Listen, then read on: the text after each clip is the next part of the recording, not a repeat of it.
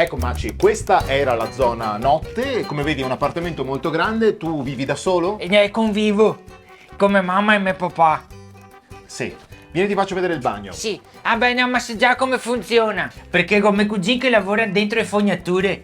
Nel senso che lavora dentro No, le no, fognature, immagino. lui le pulisce. Le pulisce, E le mi dice che la gente butta di tutto dentro il water. Cioè ne si rende conto che non solo danneggiano la propria fognatura, ma tutta la rete intera. Bravo. Sì. Allora, qui c'è la vasca. Sai come dove vedi, si no? che trova dentro? Cotton fioc, cerotti, cavigli e l'olio del tonno. Incredibile, incredibile. Il piano, qui dove c'è Cerotti, gli elastici per i capelli e sigarette perfino trova. Una volta che cattà un pesce rosso morto.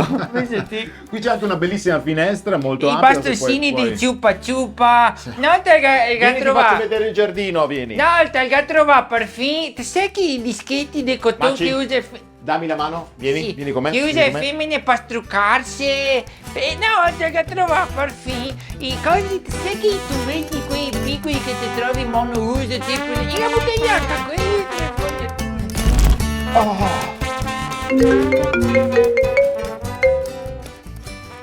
Sì?